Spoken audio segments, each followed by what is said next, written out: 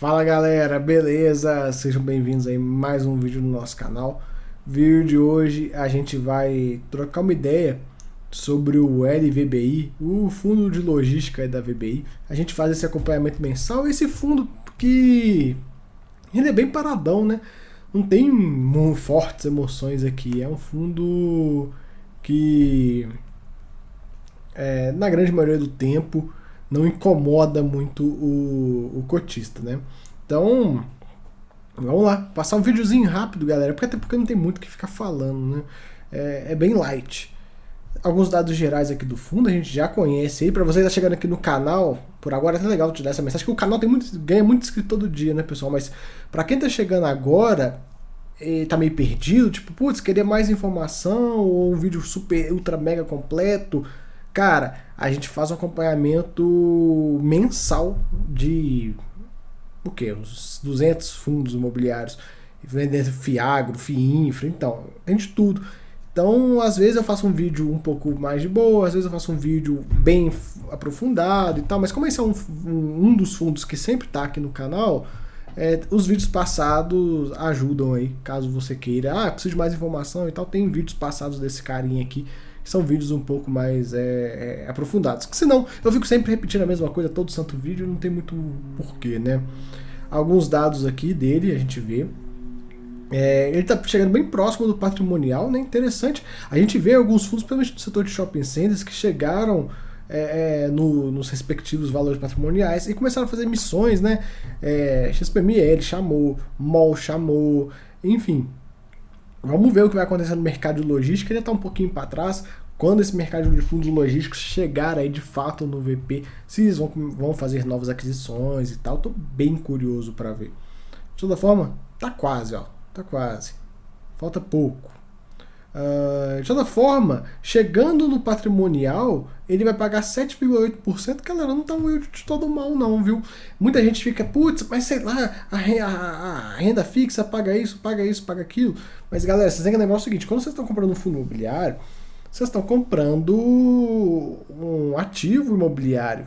E ele não vai te dar muito além disso, de 7, 8%. Se você fizer um desenvolvimento, você vai conseguir tirar uns 10%. Mas é mais ou menos isso aí. Por isso que os fundos imobiliários, naquele patamar que estava lá atrás, todo mundo pagando 10% e tal, estava num patamar um pouco fora da realidade imobiliária.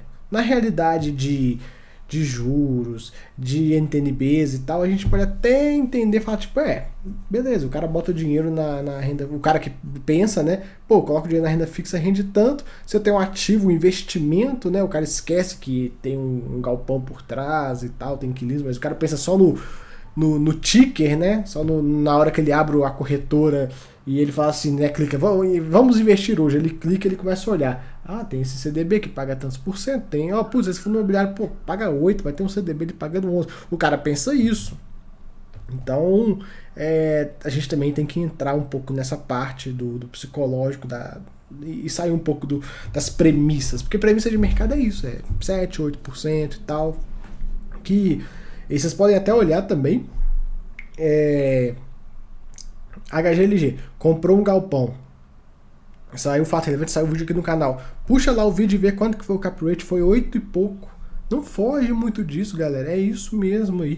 De toda forma, em momentos que os fundos imobiliários estão pagando aí próximo de 10 e patamares elevados de yield, é hora de você aproveitar, né? Não dá mole, são poucos momentos que aparecem, né, para se comprar fundos imobiliários. Se pensar, comprar bem, né, pagando esse yield super elevado. Se pensar, KNRI, cara, você pega o gráfico histórico dele, vê quantos anos para trás que ele estava em R$130. Quem pegou aí a 130 nessa última leva que ele ficou a 130, na minha opinião, fez um negócio muito bom nessa questão de preço por conta do próprio histórico do fundo. E o use e tal, enfim. Eu não vou ficar muito entrando em preço, só porque daqui a pouco vem a CVM falando que você está dando preço teto para as coisas. Não é, galera, não é. Mas enfim, a gente tem que se policiar também para um entendimento, né? Vai que eles entendem dessa forma. Aquela coisa, a gente não pode Eu não falo tanto de valores, né? Enfim.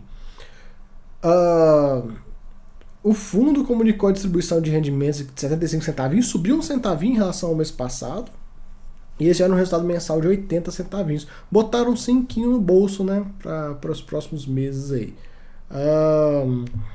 Durante agosto não teve movimentação na carteira de locatários, como eu falei, paradão, tranquilo, vacância física de 1,4%, sendo que o que está vago lá no Aratu tem RMG até maio de 23. De toda forma, saindo aí essas RMG, né, eles conseguirem alugar e tal, o impacto financeiro de 0,5 é ridículo, muito baixo.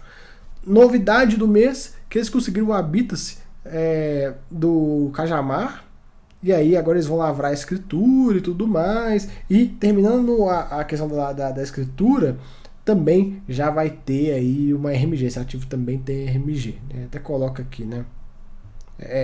Coloca aqui não, coloca mais para baixo. Sobre o Aratu, ele traz um complemento, que o fato relevante que foi divulgado, que ele realizou o pagamento de 7 milhões de reais para os vendedores. O que acontece, galera? Vários ativos são transacionados da seguinte forma: olha, eu te vendo esse ativo aqui e ele está com uma vacância de 50%. Se do segundo trimestre do ano tal ele diminuir a vacância para 20%, você me dá um bônus. É igualzinho. A maneira mais fácil de vocês entenderem isso é igualzinho negociação de jogador de futebol, quando o time compra o outro jogador e aí corre aquela cláusula no contrato, né? Se completar 10 jogos como titular, vai ganhar, o time comprador vai dar um valor a mais. Enfim, é isso. É um prêmio por o ativo ter atingido um certo, digamos, objetivo, né? Alguma coisa que foi combinada no momento da negociação, né? Enfim, aqui uma pequena linha do tempo do fundo, né? Como ele foi funcionando e tal. A gente vê 3 emissões até então. Tem tempo ainda para ele fazer novas emissões. Esse fundo, que na última emissão que ele fez, essa aqui de outubro, aconteceu uma coisa meio chata, que ele fez a emissão em outubro, mais ou menos outubro, novembro, e só foi começar a alocar lá em fevereiro. A alocação de fato só acabou em agosto, demorou quase um ano, foi muito lento, e isso deixou um pouco dos investidores um pouco bravos aí com a gestão desse fundo, porque querendo ou não, galera, em 2020 a gente estava com juros de 2%, dinheiro no caixa era queimar dinheiro do cotista. E não só isso, né? Mesmo hoje, nos patamares que a gente está de juros, que o caixa está rentabilizando de forma legal, se vai fazer emissão, tem que ter um pipeline de ativos bem definido. Não é aquela coisa, me dá 500 milhões aqui, putz, tô com 500 milhões na mão, cara, tô com 500 milhões na mão, o que eu vou fazer? Agora vamos lá, vamos ver os ativos que eu vou comprar. Não, você tem que ter aí minimamente dos que, sei lá, metade, enfim, tem que ter uma parte desse valor já engatilhado, já tudo combinado, só o dinheiro pingar na conta, você já liga pro vendedor e fala: meu irmão, consegui a grana, bora fechar. Tem que ser assim, que aí você já dá uma alocação rápida, cotiza, querendo ou não, a gente compra fundo imobiliário para ver ativos. Eu não quero comprar fundo imobiliário para ficar tipo, não, se eu tiver 500 milhões no caixa parado, ou com a Selic nesse nível atual, vai dar tantos por cento. Cara, não importa, eu quero ver galpão, né? Nesse caso, eu quero ver o galpão novo, eu quero ver o fundo chegando, igual a gente fez no HGLG, anunciou a venda do galpão, peguei o carro, dirigi 40 km, fui lá filmar o galpão pra vocês. O galpão tava na construção ainda, invadiu o canteiro de obra lá, igual o impostor do Pânico, mas tipo, essa é a ideia, né? Sempre ter ativos reais, porque se for comprando, isso a gente compra com o CDB do bancão que eu falei lá no início. Fundo de distribuição 75 centavinhos, aumentou o patamar de distribuição, né, aparentemente. Vamos ver se no próximo mês ele vai manter esse patamar. A gestão não traz nenhum tipo de guidance, né, se vai ser agora, se a partir de agora vai ser 0,75 ou se vai voltar para o 0,74, enfim. A gente fica meio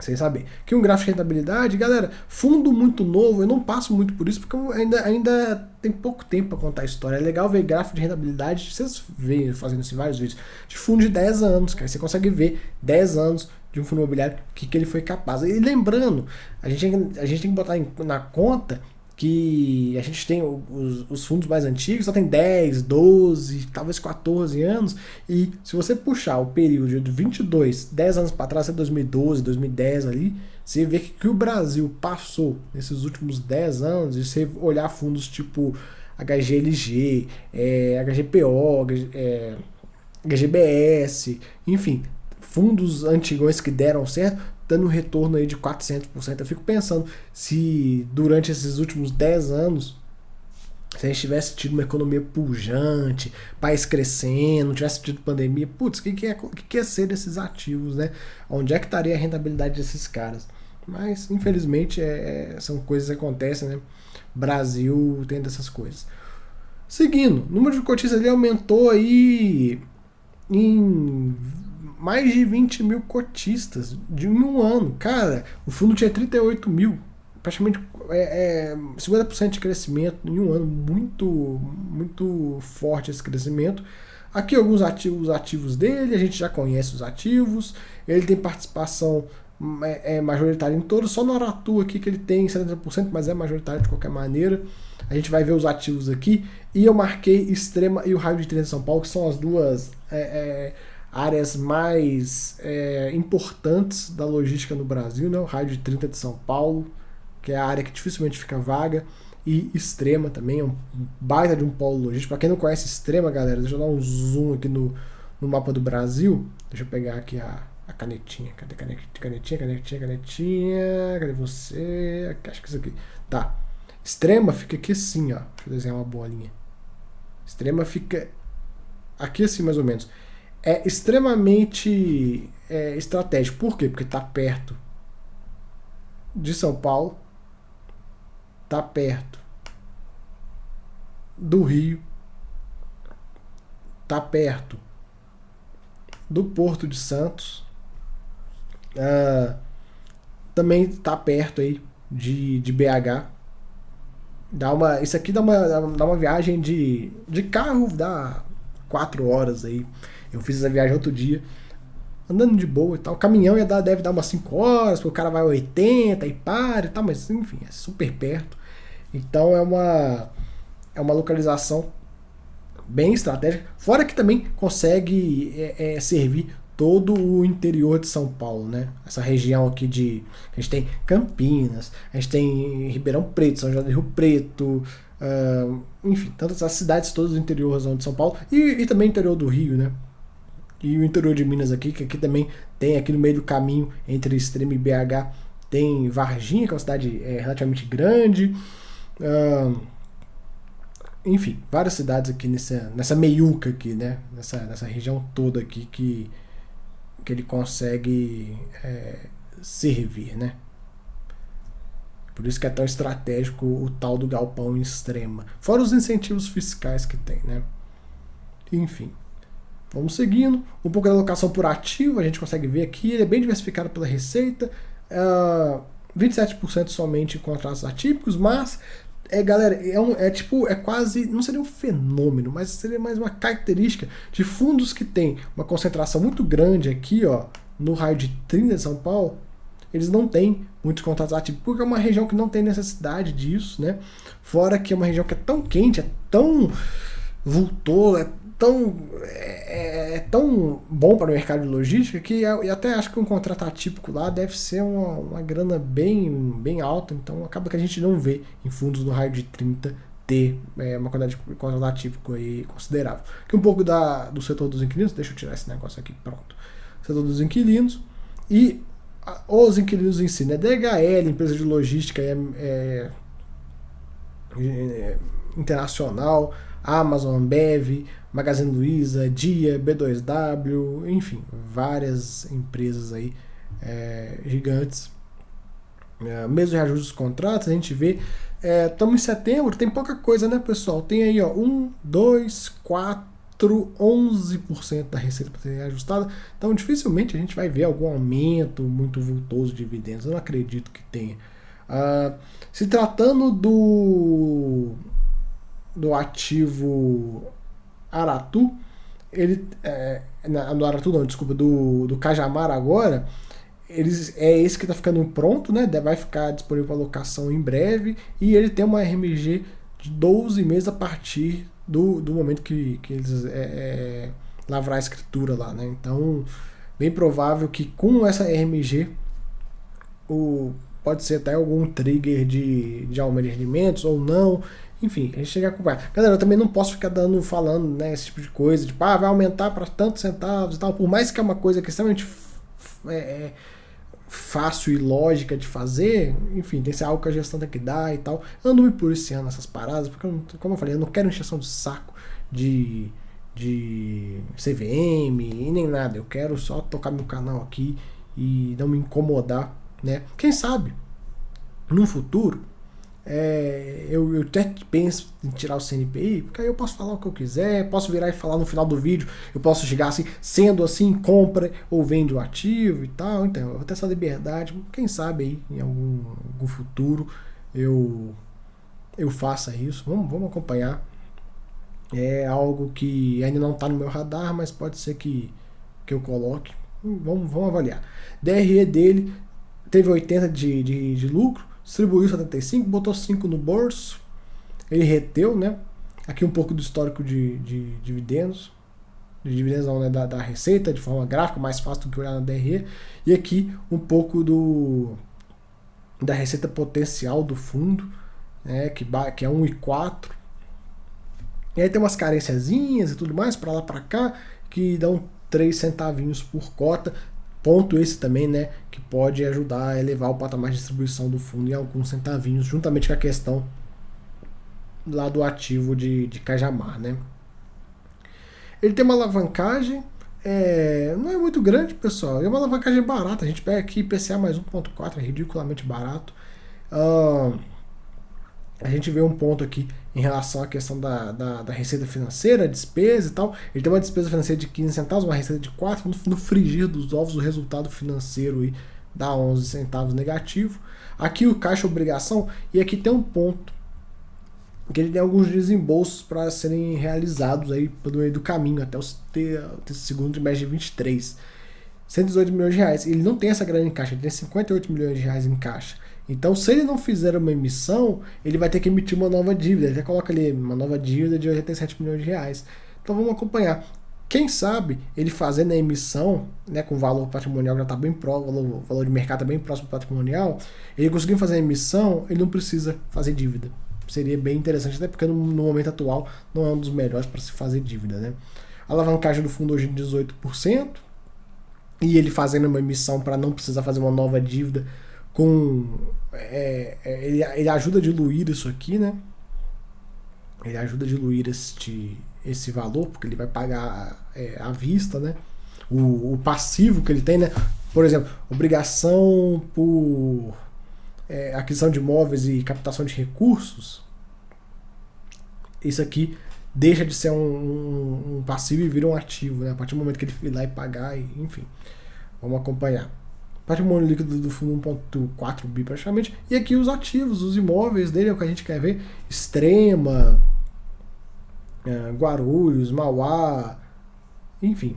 Todos os galpões que ele tem são bons galpões, qualidade legal, boa localização. E é isso aí. Não tem muito mais o que falar, já falamos pra caramba. Espero que vocês tenham gostado do vídeo. Vídeo que era pra ser rápido, acabou se estendendo um pouco, mas trocamos uma ideia. Valeu, até a próxima. Fui.